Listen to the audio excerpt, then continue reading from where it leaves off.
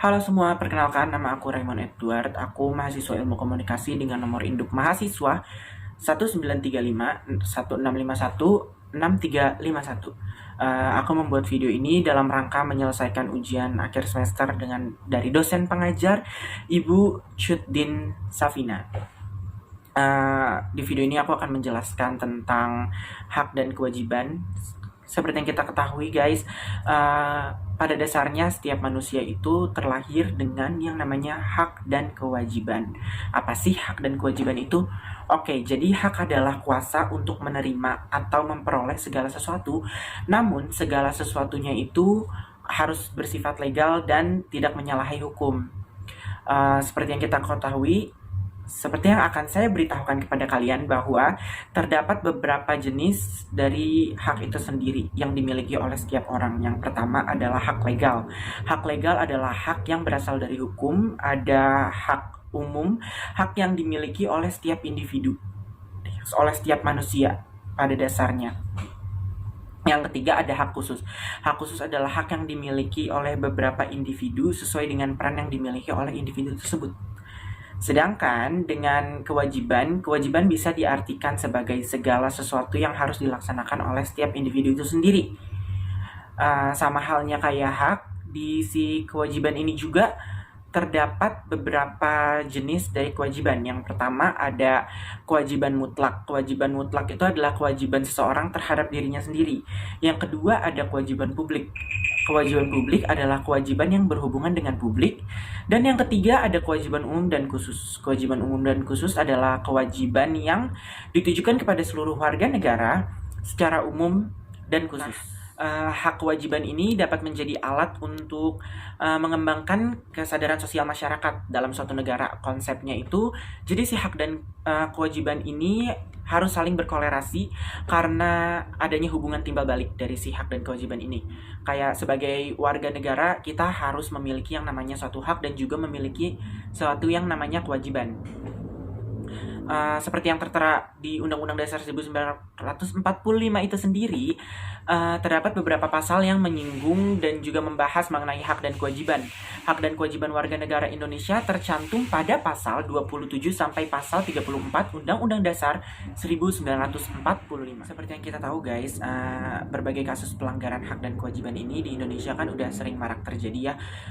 Kayak walaupun negara juga udah mengantisipasinya dengan berbagai cara, cuman pelanggaran ini tuh terus terjadi ketika warga negara nggak bisa menikmati atau memperoleh haknya seperti yang telah ditetapkan oleh undang-undang. Selain itu, pelanggaran tersebut juga terjadi karena adanya pelalaian ataupun pengingkaran terhadap kewajiban apa yang dilakukan oleh warga negara atau bahkan negara itu sendiri. Contoh pelanggaran tersebut misalnya kemiskinan yang masih menimpa sebagian masyarakat di Indonesia, atau banyak pemandangan pengamen dan peminta-minta di jalanan yang juga termasuk sebuah pelanggaran gitu kan. Pelanggaran ini juga dilakukan oleh negara karena dalam undang-undang yang disebutkan bahwa setiap warga negara itu berhak untuk kehidupan dan pendidikan yang layak. Kemiskinan yang menimpa warga negara Indonesia kan terjadi oleh berbagai hal, baik disebabkan oleh warga negara Indonesia sendiri yang malas dengan nggak mau bekerja gitu kan. Namun kemiskinan juga bisa disebabkan oleh karena gagalnya pemerintah mengatasi kesenjangan ekonomi yang terjadi akibat sistem yang kurang pro rakyat kecil misalnya. Nah, tentunya terdapat berbagai faktor yang terjadi kasus pelanggaran hak dan pengingkatan kewajiban warga negara yang bisa kita pahami supaya masing-masing dari kita bisa saling memperbaiki diri, lebih ke introspeksi diri. Berbagai faktor ini misalnya adanya sifat egois warga negara yang terlalu mementingkan diri sendiri, menuntut hak namun lupa dengan kewajibannya. Orang yang egois akan selalu mementingkan diri sendiri guys, kayak selalu menghalalkan cara meskipun melanggar hak orang lain. Oke. Faktor yang kedua yaitu rendahnya kesadaran berbangsa dan bernegara.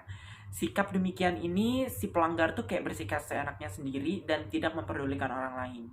Padahal orang lain sama-sama memiliki hak, cuman si pelaku tidak menyadari dan tidak menghormati bahkan menutup mata terhadap orang lain yang haknya itu dirampas. Hak dan kewajiban warga negara mempelajari faktor-faktor terjadinya kasus pelanggaran hak dan peningkatan kewajiban warga negara dari berbagai macam bentuknya.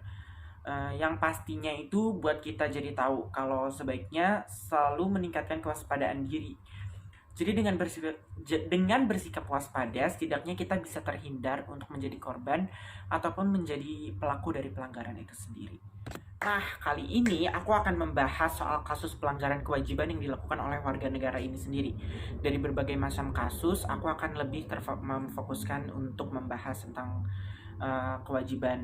pelanggaran kewajibannya itu merusak fasilitas umum seperti yang dilakukan oleh pendemo. Sebagai contoh, si pendemo ini itu melakukan demonstrasi dan dia membakar salah satu pos polisi atau remaja-remaja nakal yang melakukan tindakan vandalisme, mencoret-coret tembok ataupun mencoret-coret halte bus dan sebagainya. Nah, dari berbagai macam penyebab kenapa pelanggaran kewajiban ini sering terjadi. Yang pertama, di zaman modern ini manusia itu menjadi semakin egois ya guys. Terkadang mereka itu nggak peduli sama apa yang mereka lakuin. Jadi dapat even itu bisa mencelakai orang lain. Sikap egois ini bikin mereka nganggap enteng hal yang mereka lakuin, seperti misalkan mereka melanggar peraturan lalu lintas, mereka menyerobot antrian ataupun tidak berlaku jujur. Yang kedua, sifat menghargai itu kan sangat dibutuhkan ya dalam kehidupan bermasyarakat. Jika sifat ini hilang, maka warga juga nggak akan segan melakukan sesuatu yang merugikan dan melanggar hak orang lain. Akibat nggak adanya sikap menghargai adalah pemaksaan kehendak, pemaksaan pendapat, dan juga pemaksaan agama. Nah, yang ketiga, ketidaksadaran warga negara akan kewajiban yang mereka miliki, menjadikan mereka melakukan pengingkaran kewajiban tanpa rasa bersalah. Alhasil, mereka tidak malu untuk melakukan tindakan-tindakan yang melanggar kewajiban tersebut.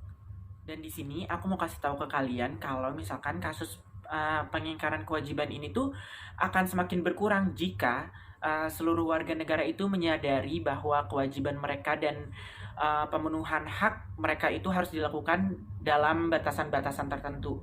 Ada berbagai macam cara untuk meningkatkan kesadaran ini. Pentingnya untuk melakukan kewajibannya. Yang satu itu solusi pertama, mereka itu wajib untuk ditanamkan sejak dini.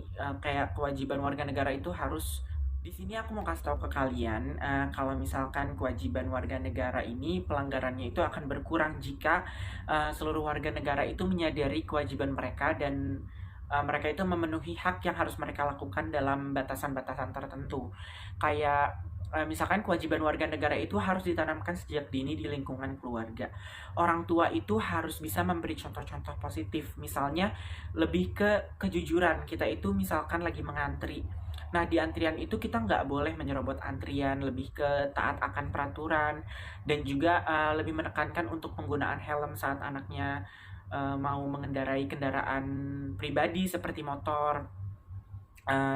Sifat disiplin dan toleransi sejak dini itu, jadi generasi Indonesia berikutnya akan menjadi orang-orang yang mau melakukan kewajiban asasi dan melaksanakan haknya tanpa melanggar hak orang lain. Kegiatan lingkungan juga seperti pertemuan keluarga, arisan itu bisa dijadikan sebagai ajang sosialisasi hak dan kewajiban warga negara. Warga itu sebaiknya mengundang pihak kelurahan, polsek atau koramil untuk mengisi acara-acara tersebut. Kayak misalkan kita melakukan tindakan gotong royong. Tindakan gotong royong itu dilakukan oleh seluruh warga dengan sikap toleransi. Jadi kan kita saling membantu satu sama lain. Itu tuh sangat bagus untuk ditanamkan kepada generasi muda. Gak cuma generasi muda aja sih, semua generasi juga harus menanamkan sikap toleransi ini. Nah, yang ketiga bisa juga melalui penanaman kesadaran dan kewajiban warga negara yang dilakukan di sekolah. Kayak pihak sekolah dapat bekerja sama dengan instansi-instansi terkait untuk melakukan sosialisasi tersebut. Kayak misalkan instansi dari Go Green gitu kan, sangat meningkatkan kewajiban kita sebagai warga dalam melakukan penghijauan gitu kan, supaya bumi ini tetap asri dan kaya akan pepohonan. Nah, untuk para pelanggar itu patut diberikan sanksi ya, pemberian sanksi kepada mereka itu supaya mereka terberikan efek jerak gitu. Jadi mereka semakin sadar akan perlunya membayar pajak, mematuhi peraturan lalu lintas, dan membela negara. Sanksi ini itu bisa berupa denda ataupun hukuman.